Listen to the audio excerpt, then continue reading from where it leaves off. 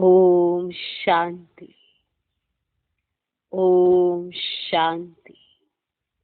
आज की तारीख है 22 अप्रैल 2020।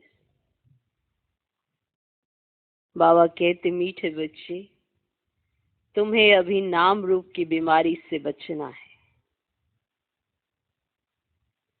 तुम्हें अभी नाम रूप की बीमारी से बचना है।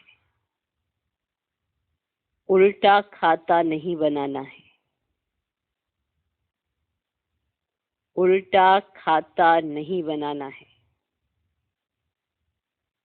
एक बाप की याद में रहना है। एक बाप की याद में रहना है। बाबा कहते, मीठे बच्चे, तुम्हें अभी नाम रूप की बीमारी से बचना है। उल्टा खाता नहीं बनाना है। एक बाप की याद में रहना है। नाम रूप की बीमारी क्या है मालूम है ना? प्रभावित हो जाना, लगाव झुकाव हो जाना, अट्रैक्शन होना, दूसरे में फंस जाना, विशेषताओं की तरफ, किसी की सेवाओं की तरफ भी आकर्षित हो जाना, बाप को छोड़कर किसी दूसरे की याद आना, ये है नाम रूप की बीमारी। मोह में फंस जाना, किसी व्यक्ति विशेष का ही साथ अच्छा लगना, उसी के साथ ही रहना, उसी के साथ सेवाएं करना, उसकी विशेषताओं को गुणगान करना, सारा दिन उसके इर्द गिर्द ही चक्कर काटते रहना मन बुद्धि से, बाबा को भूल जाना और उसके गुणगान करते रहना, हर जगह उसी का साथ चाहिए, सेवाएं हो तो उसी के साथ चाहिए। नाम रूप की बीमारी लग गई तो खाता जो बाप की याद में सही होना था वो उल्टा हो गया।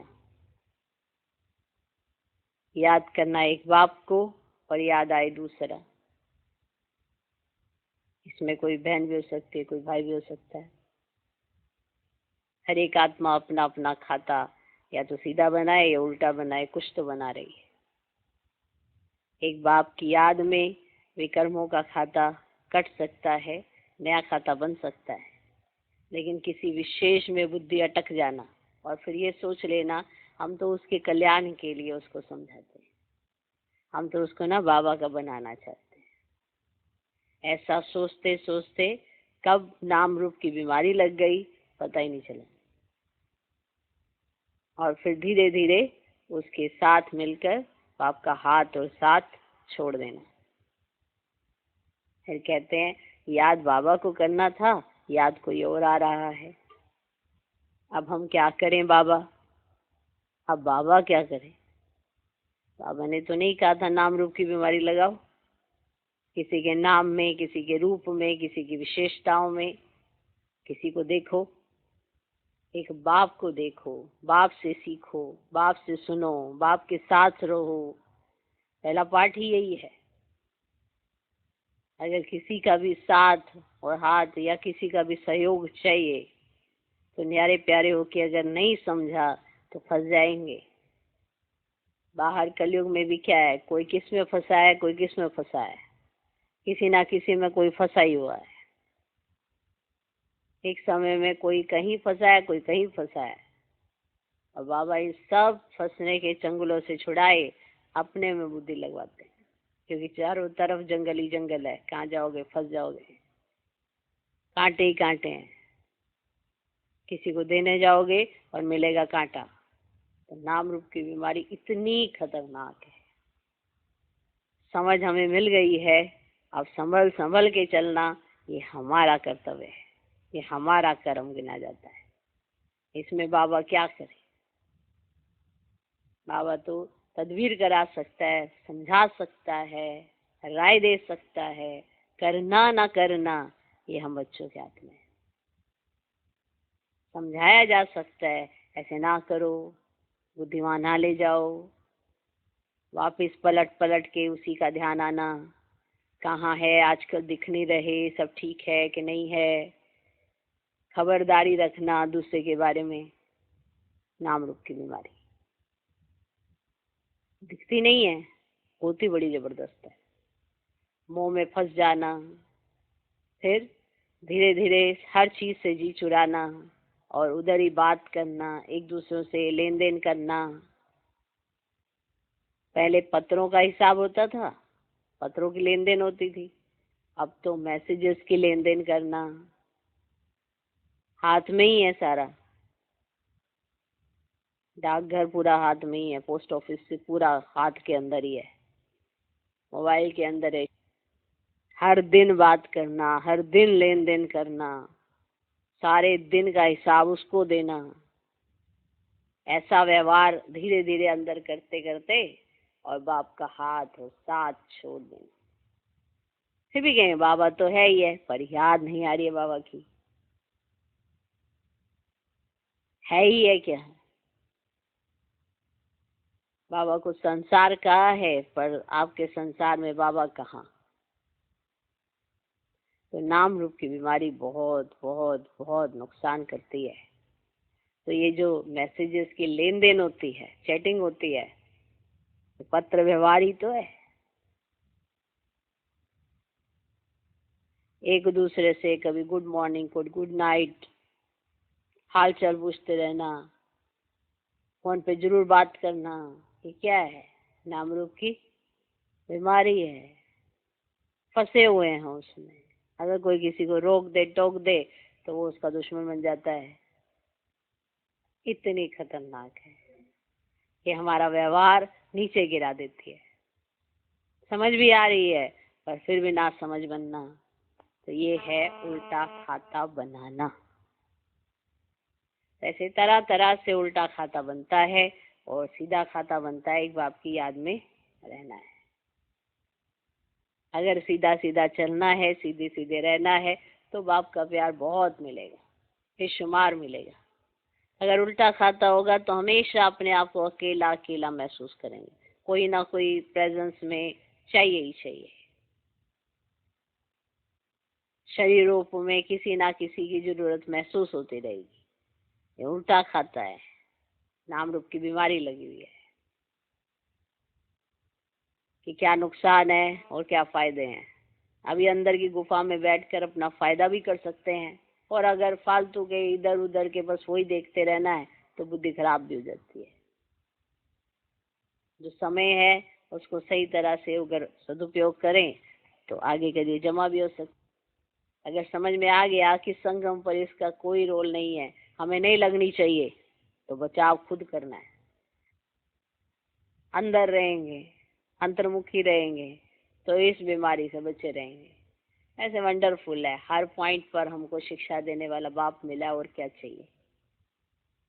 तो उल्टा खाता नहीं बनाना है, सीधा खाता बनाना है। तो एक बाप की याद में रहना है। आज का प्रश्न, भाग्यवान बच्चे किस मुख्य पुरुषार्थ से अपना भाग्य बना देते हैं? भाग्यवान बच्चे किस मुख्य पुरुषार्थ से अपना भाग्य बना देते हैं? हाँ, ऐसा कौन सा पुरुषार्थ भाग्यवान बच्चे करते हैं? वो वाला मुख्य पुरुषार्थ करने से वो अपना भाग्य बना देते हैं। हाँ, उनका भाग्य बनता रहता है। उत्तर, भाग्यवान बच्चे सबको सबको सुख देने का पुरुषार्थ करते हैं। अब कई कहते हैं कि हम तो सबको सुख देते हैं, पर दूसरे को मिलता ही नहीं है सुख। हम तो देना चाहते पर दूसरा दुखी होता जाता है। ऐसा होता है क्या? आप किसी को कोई चीज देना चाहें, सामने वाला नहीं ले सकता या नहीं ले रहा, तो वो तो चलो उसकी चॉइस है, लेकिन आप देना तो चाहें। पहले आपको देना तो आना चाहिए। आप ये सोच के दे ही नहीं रहे कि वो लेगा नहीं। आपका पार्ट तो देते रहने का है। आप तो दाता के बच्चे हो, आप तो देते जाओ। आज नहीं तो कल ले लेगा कोई आपसे। आपने कभी देखा है कि कंपनी वाले मार्केटिंग कैसे करते हैं? वो घर घर आते ही रहते हैं अपना प्रोडक्ट सेल करने। एडवर्टाइजमेंट करनी है तो वो आते ही रहते हैं। हार के मनुष्य सोच ही रहते हैं चलो ट्राई कर ही लेते हैं। तो आजकल तो ऐसे नहीं है घर घर में ऐसे कोई डिस्ट्रीब्यूट करना, या कंपनीज में भी ऐसे कई बार सेल करने के लिए कोई प्रोडक्ट, तो वो आते रहते हैं, अपनी ऐड करते रहते हैं। तो अगर आप भाग्यवान हो तो आप सुख की ऐड करते रहो, सुख देने का पुरुषार्थ करते रहो, क्योंकि कहीं इसीलिए सुख नहीं देते दूसरे को कि ये तो खुद ही दुखे होते रहते, हमने नहीं देना सुख इन्हें। अगर आपका पुरुषार्थ है सुख देने का, माना आपका पार्ट है और आप इस पार्ट को बखूबी निभाते हो, तो भाग्यवान तो आप हो ही, क्योंकि जितना आप ये सुख बांटते जाते हो आप सुखी होते जाते हो। भाग्यवान बच्चे सबको सुख देने का पुरुषार्थ करते हैं, मनसा वाचा कर्मणा कोई को दुख नहीं देते हैं। मनसा वाचा कर्मणा कोई को दुख नहीं देते हैं।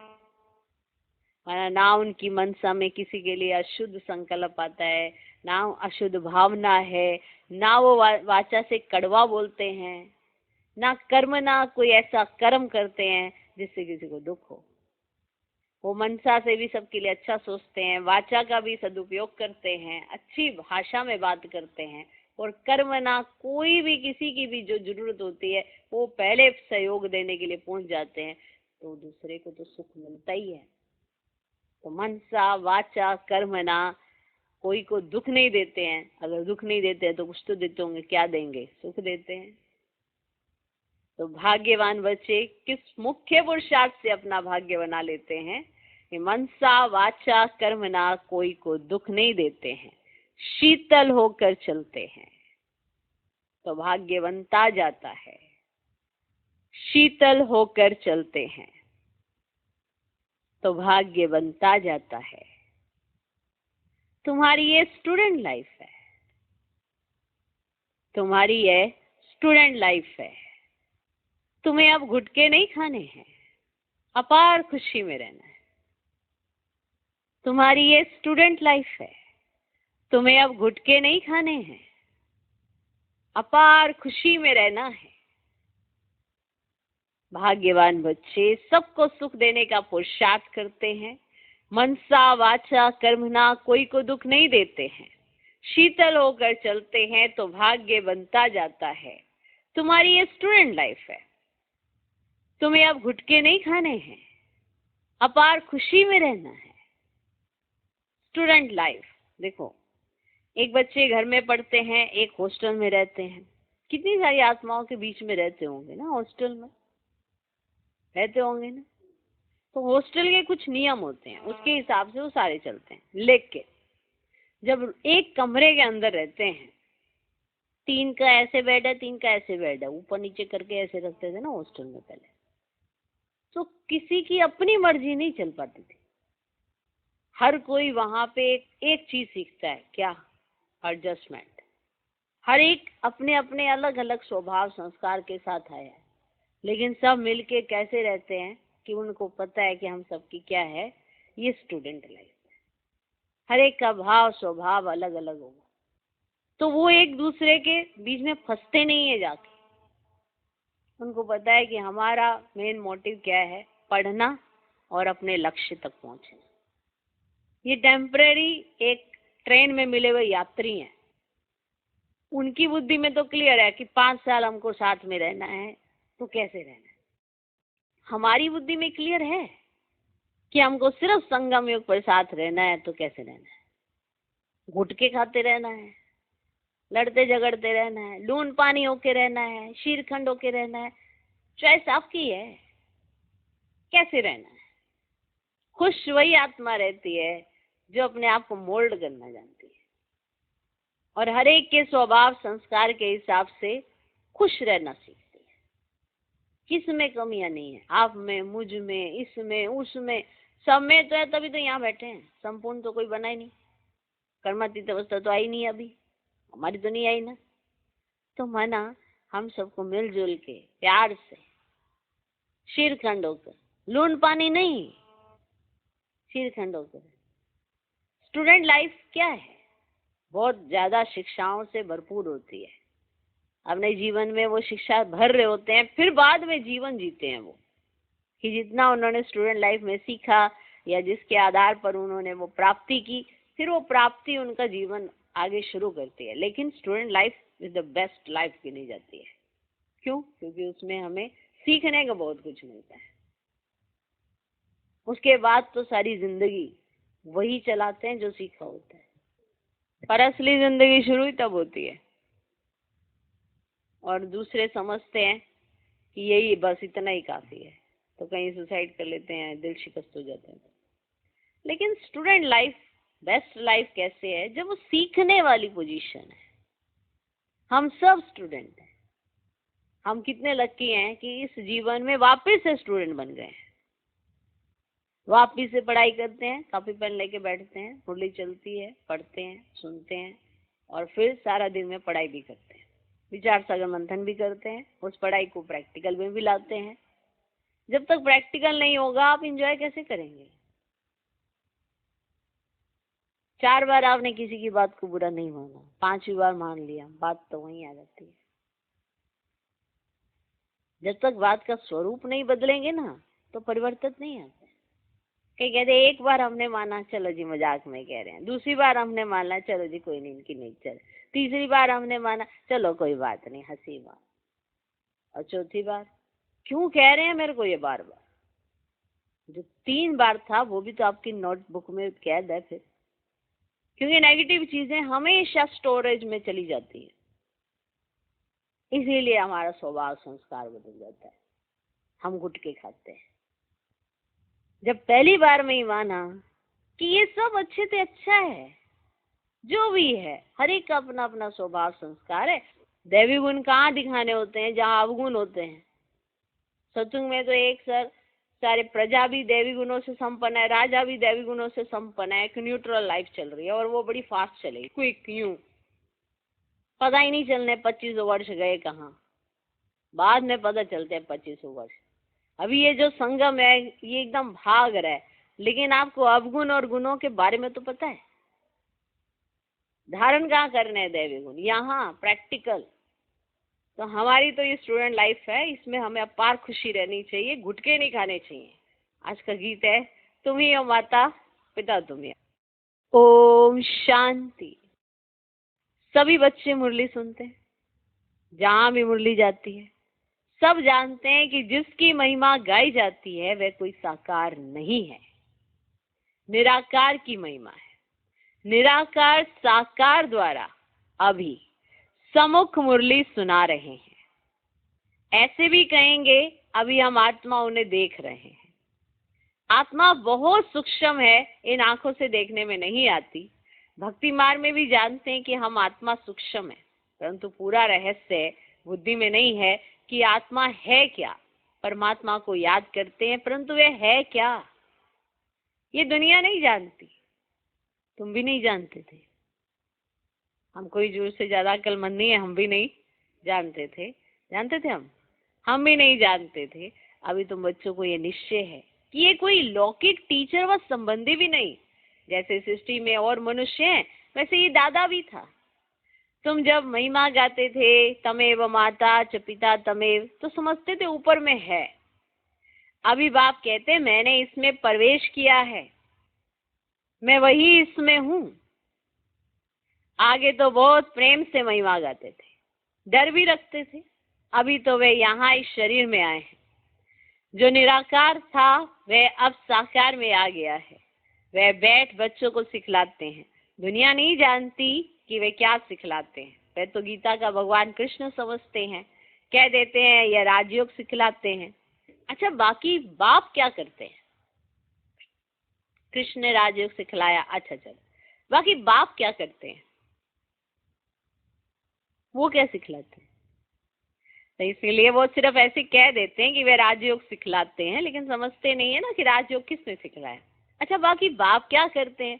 वह गाते थे तो माता पिता, परंतु उनसे क्या और कब मिलता है यह कुछ नहीं जानते। गीता सुनते थे तो समझते थे कृष्ण द्वारा राजयोग सीखा था, फिर वे कब आकर सिखलाएंगे। कृष्ण द्वारा राजयोग सीखा था, गीता सुनते हैं तो समझते हैं कृष्ण द्वारा राजयोग सीखा था, फिर वे कब आकर सिखलाएंगे। वह भी ध्यान में आता रहेगा। इस समय ये वही महाभारत लड़ाई है। तो जरूर कृष्ण का समय होगा, जरूर वही हिस्ट्री ज्योग्राफी रिपीट होनी चाहिए, दिन प्रतिदिन समझते जाएंगे, जरूर गीता का भगवान होना चाहिए। बरोबर महाभारत लड़ाई भी देखने में आती है, जरूर इस दुनिया का अंत होगा। दिखाते हैं पांडव पहाड़ पर चले गए तो उनकी बुद्धि में ये आता होगा, बरोबर विनाश तो सामने खड़ा है, अब कृष्ण है कहाँ? ढूंढते रहेंगे जब तक तुमसे सुने कि गीता का भगवान कृष्ण नहीं शिव है। तुम्हारी बुद्धि में तो ये बात पक्की है, ये तुम कभी भूल नहीं सकते। कोई को भी तुम समझा सकते हो गीता का भगवान कृष्ण नहीं शिव है। दुनिया में तो कोई भी नहीं कहेगा सिवाय तुम बच्चों के।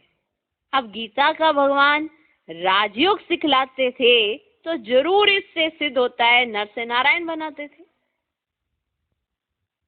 तुम बच्चे जानते हो भगवान हमको पढ़ाते हैं, बरोबर नर से नारायण बनाते। इन लक्ष्मी नारायण का राज्य माना स्वर्ग में राज्य था ना, अभी तो वे स्वर्ग भी नहीं है तो नारायण भी नहीं है, देवताएं भी नहीं है, चित्र हैं जिससे समझते हैं या हो कर गए हैं।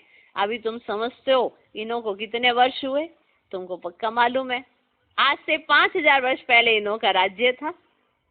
अभी तो है अंत, लड़ाई भी सामने खड़ी है। जानते हो बाप हमको पढ़ा रहे हैं, सभी सेंटर्स में पढ़ते भी हैं तो पढ़ाते भी हैं। पढ़ाने की युक्ति बड़ी अच्छी है, चित्रों द्वारा समझानी अच्छी मिल सकेगी। मुख्य बात है गीता का भगवान शिव या श्री कृष्ण, फर्क तो बहुत है ना। सदगति दाता, स्वर्ग की स्थापना करने वाला अथवा आदि सनातन देवी देवता धर्म की फिर से स्थापना करने वाला शिव या श्री कृष्ण। मुख्य है ही ये तीन बातों का फैसला, इस पर ही बाबा जोर देते हैं। भले ओपिनियन लिख कर देते हैं कि ये बहुत अच्छा है, परंतु इससे कुछ भी फायदा नहीं। तुम्हारी जो मुख्य बात है उस पर जोर देना है, तुम्हारी जीत भी है इसमें। तुम सिद्ध कर बतलाते हो भगवान एक होता है, ऐसे नहीं कि गीता सुनाने वाले भी भगवान हो गए। कितना विशेष पॉइंट है कि भगवान एक होता है, भगवान ने गीता सुनाई, ऐसे नहीं कि गीता सुनाने वाले भगवान हो गए। तो मनुष्य ने तो ऐसे ही समझ के बैठे कि जो गीता सुनाते हैं उनको भी भगवान समझ लिया। भगवान ने गीता सुनाई तो एक भगवान ने सुनाई, हम सब ने सुनी। ऐसे नहीं कि उसी गीता को जो रिपीट करने वाले हैं वो सब भी भगवान हो गए, नहीं। भगवान ने इस राजयोग और ज्ञान द्वारा देवी देवता धर्म की स्थापना की। बाबा समझाते हैं बच्चों पर माया का वार होता रहता है। अभी तक कर्मातीत अवस्था को कोई ने पाया नहीं है। पुरुषार्थ करते करते अंत में तुम एक बाबा की याद में सदैव हर्षित रहेंगे। पुरुषार्थ करते करते अंत में जो पुरुषार्थ करेगा वही अंत में तुम एक बाबा की याद में सदैव हर्षित रहेंगे, कोई मुरझाइश नहीं आएगी। अभी तो सिर पर पापों का बोझा बहुत है, वे याद से ही उतरेगा। बाप ने पुरुषार्थ की युक्तियां बतलाई हैं, ऐसे ऐसे पुरुषार्थ करो, अलग अलग तरीके से बाबा ने युक्तियां बताई। याद से ही पाप कटते हैं। बहुत बुद्धू हैं जो याद में ना रहने के कारण फिर नाम रूप आदि में फंस पड़ते हैं, जो याद में तो रहते नहीं और फिर फंस जाते हैं नाम रूप के अंदर। हर्षित मुख हो किसको ज्ञान समझाएं, वह भी मुश्किल है। आज किसको समझाया, कल फिर घुटका आने से खुशी गुम हो जाती। समझना चाहिए माया का वार होता है, इसलिए पुरुषार्थ कर बाप को याद करना है। ये जो घुटका आना, उदास होना, रोना, दिल शिकस्त होना, ये क्या है? ये सब माया का वार है। आपको क्या लगता है हम कहें कि हमें दिल शिकस्ती आ रही है, तो ये दिल शिकस्ती क्या है?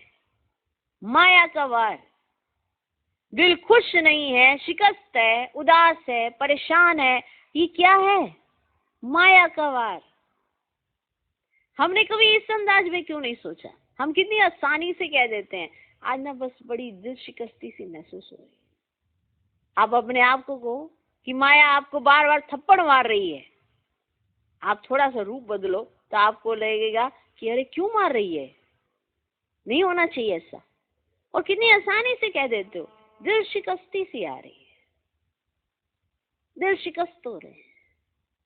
दिल शिकस्त माना माया का वार हो रहा है, अटैक हो रहा है। माया बार बार अटैक कर रही है, आपको पछाड़ रही है, आपको गिरा रही है, आपको बार बार फीलिंग आ रही है, आप बार बार रो रहे हो, आप बार बार उदास हो रहे हो। ये क्या है? माया का वार। जो सही है उस तरह से सोचो।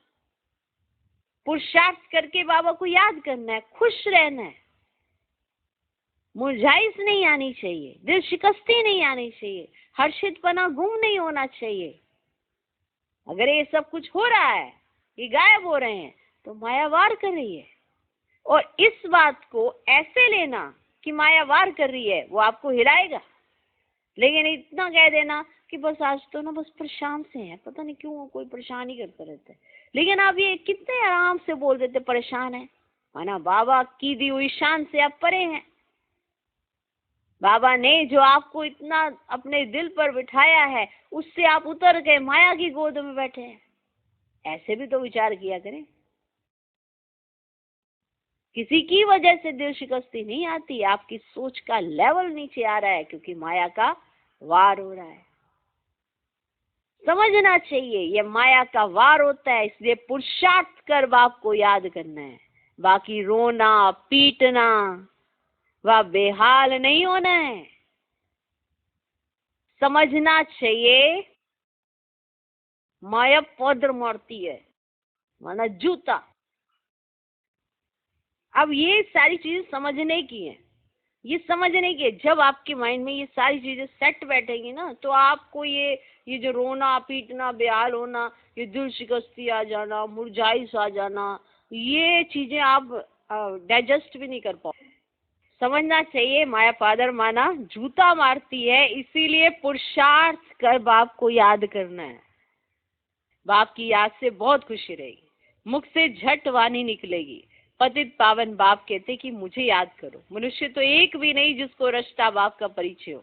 मनुष्य होकर और बाप को ना जाने तो जानवर से भी बदतर हुआ। गीता में कृष्ण का नाम डाल दिया है तो बाप को याद कैसे करें?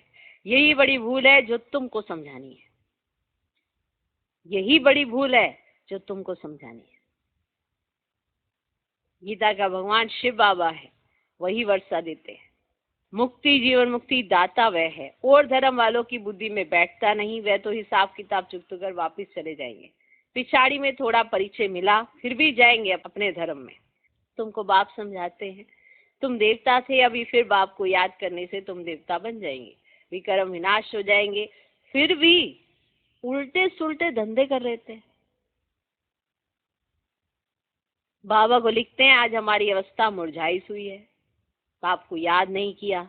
याद नहीं करेंगे तो जरूर मुरझाएंगे, अब याद नहीं करेंगे तो जरूर मुरझाएंगे।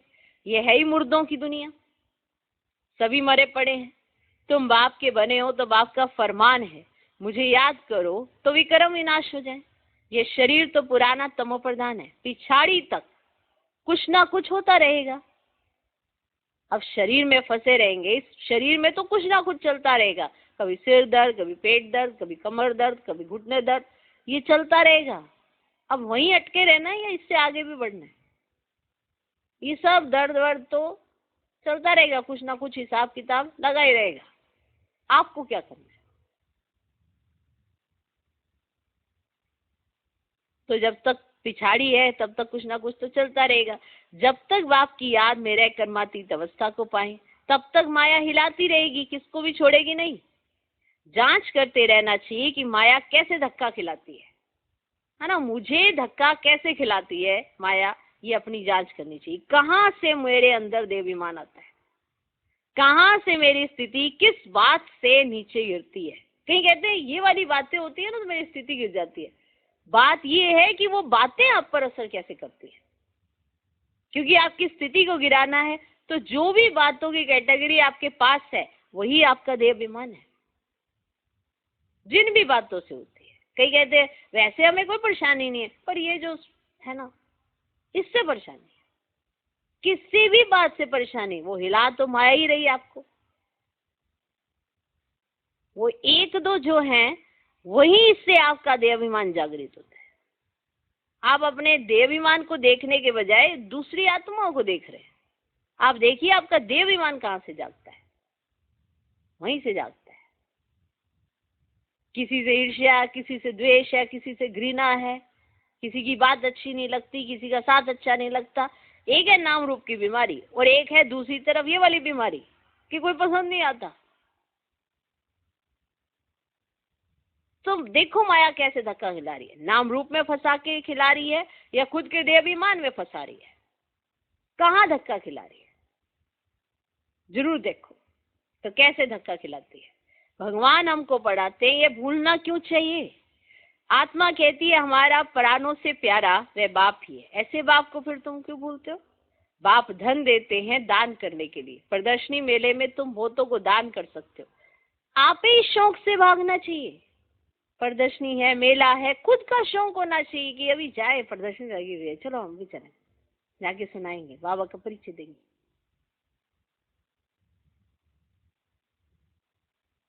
आप ही शौक से भागना चाहिए। अभी तो बाबा को ताकीद करनी पड़ती है, माना उमंग दिलाना पड़ता है।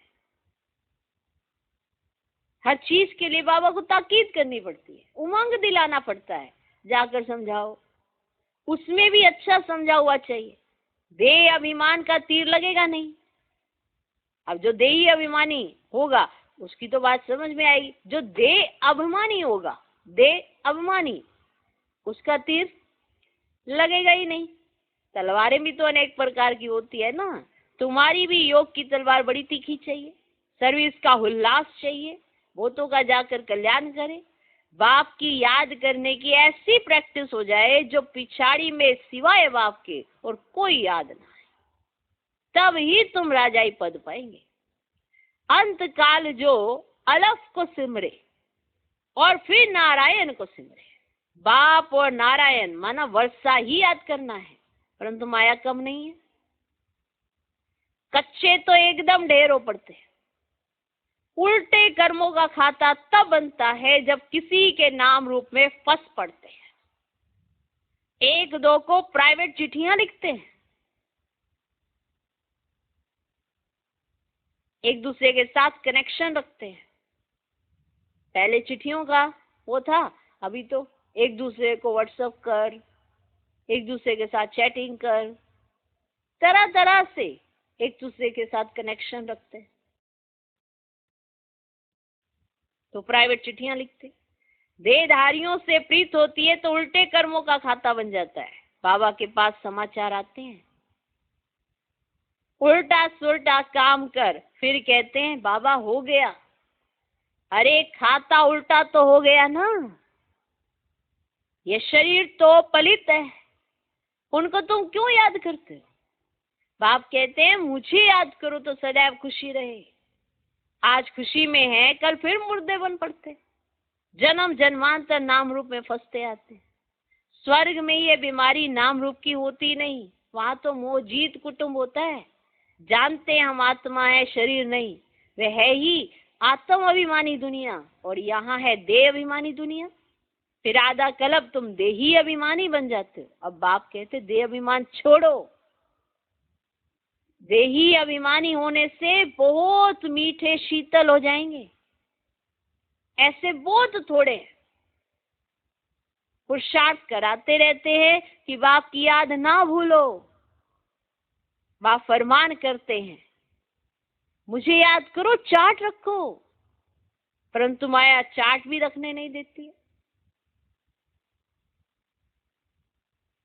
ऐसे मीठे बाप को तो कितना याद करना चाहिए। यह तो पतियों का पति, बापों का बाप है ना। बाप को याद कर फिर दूसरों को भी आप समान बनाने का पुरुषार्थ करना है। इसमें दिलचस्पी बहुत अच्छी रखनी चाहिए। सर्विसेबल बच्चों को तो बाप नौकरी से छुड़ा देते हैं। सरकमस्टांस देख कहेंगे अब इस धंधे में लग जाओ। एम ऑब्जेक्ट तो सामने खड़ी है। भक्ति मार्ग में भी चित्रों के आगे याद में बैठते हैं ना। तुमको तो सिर्फ आत्मा समझ परमात्मा बाप को याद करना है। विचित्र बन विचित्र बाप को याद करना है, ये मेहनत है। विश्व का मालिक बनना कोई मासी का घर नहीं है। बाप कहते मैं विश्व का मालिक नहीं बनता हूं, तुमको बनाता हूं। कितना माथा मारना पड़ता।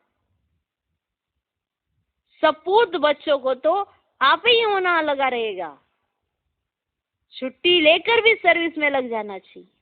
कई बच्चों को बंधन भी है, मोह भी रहता है। बंधन में भी है वो, मोह भी रहता है। बाप कहते तुम्हारी सब बीमारियां बाहर निकलेंगी, तुम बाप को याद करते रहो। माया तुमको हटाने की कोशिश करती है। याद ही मुख्य है। रचता और रचना के आदि मध्यंत का ज्ञान मिला, बाकी और क्या चाहिए।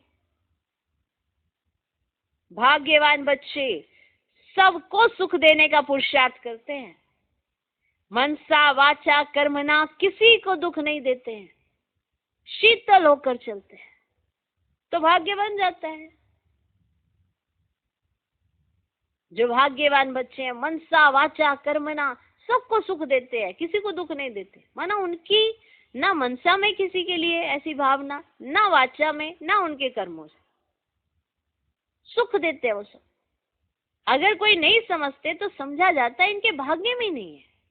माना इन्हें समझ ही नहीं आ रहा इन्हें करना क्या चाहिए, तो इनके भाग्य में नहीं है। जिनके भाग्य में है वे अच्छी रीति सुनते हैं, अनुभव भी सुनाते हैं ना, क्या क्या करते थे अब मालूम पड़ा है, जो कुछ किया उससे दुर्गति हुई। जो सुधरते हैं, जो अपने आप को संवारते हैं, वही तो अनुभव सुनाते हैं कि हम पहले तो ऐसे करते थे, अब समझ में आया हमको ऐसे चलना चाहिए। इतने समय से हमने अपनी दुर्गति कर रखी थी। तो सदगति को तब पाए जब आपको याद करें।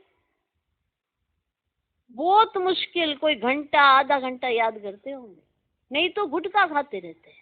बाप कहते आधा कलब गुटखा खाया, अब बाप मिला है, स्टूडेंट लाइफ है तो खुशी होनी चाहिए ना। परंतु बाप को घड़ी घड़ी भूल जाते।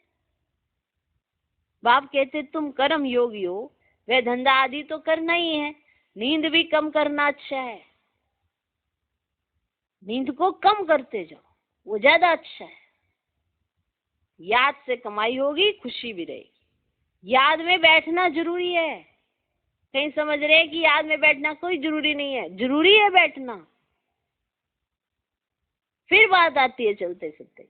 याद में बैठने की प्रैक्टिस नहीं होगी तो चलते फिरते कहाँ से याद कर लोगे। अगर याद में बैठते तो नींद आ जाती, क्योंकि उस समय तुम्हारी बुद्धि शांत हो रही होती है तो तुम्हें नींद आ जाती। तो समझो ना कि अंदर कुछ भी है ही नहीं। श्रेष्ठ संकल्पों का कोई खजाना नहीं जो उस समय चला सके। मन बुद्धि आपके कंट्रोल में नहीं कि नींद को जीत सके। बुद्धि में कुछ भी ऐसा नहीं चल रहा। विश्व का कल्याण करने के लिए क्या क्या चक्कर चलाओगे, कैसे विश्व कल्याणकारी कहलाए जाओगे।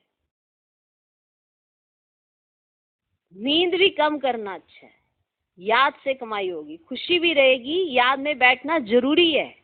दिन में तो फुर्सत नहीं मिलती है, इसलिए रात को समय निकालना चाहिए। अब कहीं कहते हैं अरे ये तो रात में पढ़ रहे हैं, सुबह सुबह मत उठाओ, सुबह मुरली मत सुनाओ, नुकसान हो जाएगा आत्मा का।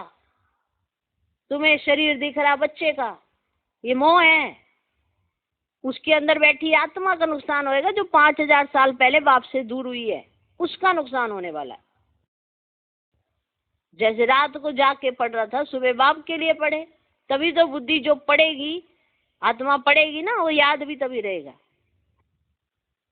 तो समझने की कोशिश करो। अगर ये वाली पढ़ाई में इंटरेस्ट होगा तो वो वाली पढ़ाई भी अच्छी होगी।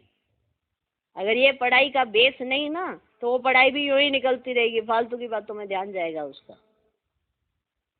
तो इसलिए अगर सुधरना है और अगर भविष्य सुधारना है, वर्तमान अच्छा बनाना है, तो मुरली पर बहुत अटेंशन देना चाहिए, क्योंकि अगर बुद्धि के अंदर कुछ होगा ही नहीं मटेरियल तो निकलेगा कहाँ से। तो याद में बैठना जरूरी है। अब दिन में तो फुर्सत नहीं मिलती है, जैसे कोई माताएं बहनें होती हैं, तो इसलिए रात को समय निकालना चाहिए। याद से बहुत खुशी रहेगी। किसको बंधन है तो कह सकते हैं हमको तो बाप से वर्षा लेना है, इसमें कोई रोक नहीं सकता। सिर्फ गवर्नमेंट को जाए समझाओ कि विनाश सामने खड़ा है, बाप कहते मुझे याद करो तो विक्रम विनाश होंगे, और ये अंतिम जन्म तो पवित्र रहना है, इसलिए हम पवित्र बनते हैं। परंतु कहेंगे वह जिनको ज्ञान की मस्ती होगी। ऐसे नहीं कि यहाँ आकर फिर देदारी को याद करते रहे। देह अभिमान में आकर लड़ना झगड़ना जैसे क्रोध का भूत हो जाता है। बाबा क्रोध करने वाले की तरफ कभी देखते भी नहीं। तो क्रोध से आपको पहले खुद नफरत आनी चाहिए कि मुझे क्रोध नहीं करना है। जैसे आप कहते थे कोई आप पे क्रोध ना करे, तो आप क्यों दूसरों पे क्रोध करते हो? क्रोध समझते हो ना, जो अंदर से आपको भी ऐसे जलाता है, तब आप दूसरे को जलाने जाते हो। बाबा क्रोध करने वाले की तरफ कभी देखते भी नहीं। सर्विस करने वालों से प्यार होता है। देह अभिमान की चलन दिखाई पड़ती है ना, साफ साफ दिखता है किसे देह अभिमान। गुल तब बनेंगे जब बाप को याद करें। मूल बात है यह, एक दो को देखते बाप को याद करना है। सर्विस में तो हड्डियां देनी चाहिए। ब्राह्मणों को आपस में शीर खंड होना चाहिए। फिर से बाबा समझा रहे हैं, ब्राह्मणों को आपस में शीर खंड होना चाहिए, लून पानी नहीं होना चाहिए। आज दोनों टॉपिक समझाए हैं, एक नाम रूप की बीमारी के और एक आपस में रहने के। लून पानी नहीं होना चाहिए। समझ ना होने के कारण एक दो से नफरत, बाप से भी नफरत लाते रहते हैं। समझ नहीं है ना, एक दो से तो करते ही नफरत, फिर बाप से कैसे करते हैं? बाबा नहीं समझते ना हमको नहीं समझ पाएंगे ना, बाबा नहीं समझेंगे तुमको, या तुम नहीं समझते बाप को। आप अपने आप को अच्छे से नहीं समझते हो, इसीलिए तो बाबा समझाते हैं। अगर आप अपने आप को अच्छे से समझते तो इस स्टेज तक तो थोड़ा आते। ये लगा देना कि बाबा नहीं समझते हमको, तभी तो आप बाप से भी नफरत ले आते हो, एक दो से नफरत करते हो, बाप से भी नफरत लाते रहते हो। ऐसे क्या पद पाएंगे? तुमको साक्षात्कार होंगे, फिर उस समय स्मृति आएगी, ये हमने गफलत की। उस समय याद आएगा कि हमको कितना समझाया जाता था, कितना बाबा ने कहा बच्चे ऐसे करो, बच्चे ऐसे करो, बच्चे ऐसे करो, और हमने क्या किया। ये उस समय अचानक से स्मृति आएगी, याद रखना। ऐसा नहीं है आपको याद नहीं आएगा कि आपको कितना समझाया गया है, उस समय याद आएगा। बाप फिर कह देते हैं तकदीर में नहीं है तो क्या कर सकते हैं। अच्छा, मीठे मीठे सिकिलदे बच्चों प्रति माता पिता बाप दादा का याद प्यार और गुड मॉर्निंग। रूहानी बाप की रूहानी बच्चों को नमस्ते। हम रूहानी बच्चों की भी रूहानी बाप को नमस्ते नमस्ते नमस्ते। Good morning good morning good morning. धारणा के लिए मुख्य सार, पहला पॉइंट, निर्बंधन बनने के लिए ज्ञान की मस्ती हो। देखो, बंधन तो वहीं कटते हैं जहां ज्ञान से योग से प्यार होता है। अगर आपके बंधन नहीं कट रहे हैं तो ज्ञान योग में कमी है। निर्बंधन बनने के लिए ज्ञान की मस्ती हो, देह अभिमान की चलन ना हो, आपस में लून पानी होने के संस्कार ना हो। ये एक संस्कार होता है, आपस में लून पानी होने के संस्कार ना हो। देहधारियों से प्यार है तो बंधन मुक्त हो नहीं सकते। दोनों तरह की बातें बाबा ने समझाई है। देह में फंसने वाले की भी बात समझाई है, और किसी के साथ रहते हो तो आपस में भी कैसे रहना वो भी बात समझाई है। दोनों कंट्रास्ट बाबा ने समझाए हैं। देहधारियों से प्यार है तो बंधन मुक्त हो नहीं सकते। दूसरा पॉइंट, कर्म योगी बनकर रहना है। याद में बैठना जरूर है, आत्म अभिमानी बन, बहुत मीठा और शीतल बनने का पुरुषार्थ करना है।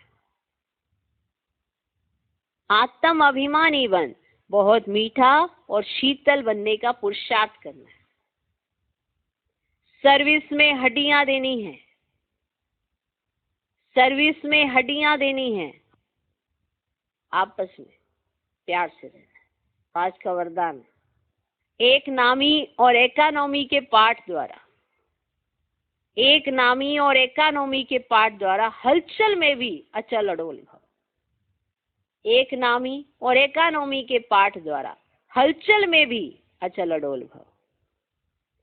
समय प्रमाण, वायुमंडल अशांति और हलचल का बढ़ता जा रहा है। ऐसे समय पर अचल अडोल रहने के लिए बुद्धि की लाइन बहुत क्लियर होनी चाहिए। इसके लिए समय प्रमाण टचिंग और कैचिंग पावर की आवश्यकता है। इसको बढ़ाने के लिए एक नामी और इकोनॉमी वाले बनो, है ना। समय प्रमाण टचिंग और कैचिंग पावर की आवश्यकता है। इसको बढ़ाने के लिए एक नामी और इकोनॉमी वाले बनो। एक नामी और इकोनॉमी वाले बच्चों की लाइन क्लियर होने के कारण बाप दादा के डायरेक्शन को सहज कैच कर हलचल में भी अचल अडोल रहते हैं। हाँ, हलचल के समय आपको बाबा की डायरेक्शन और कैचिंग पावर ये होनी चाहिए, जिससे आप अचल अडोल रह सकें। आज का स्लोगन, स्थूल सूक्ष्म कामनाओं का त्याग करो, तब किसी भी बात का सामना कर सकेंगे। स्थूल सूक्ष्म कामनाओं का त्याग करो, तब किसी भी बात का सामना कर सकेंगे। स्थूल की कामनाएं, सूक्ष्म की कामनाएं, बहुत सारी कामनाएं होती हैं। उसके ऊपर भी आप चिंतन करना किस तरह की कामनाएं होती हैं। अगर उनका त्याग कर दोगे तो हर बात का सामना करना आएगा, माना उस चीज को फेस कर सकोगे। कोई भी परिस्थिति आएगी उसको फेस कर सकोगे।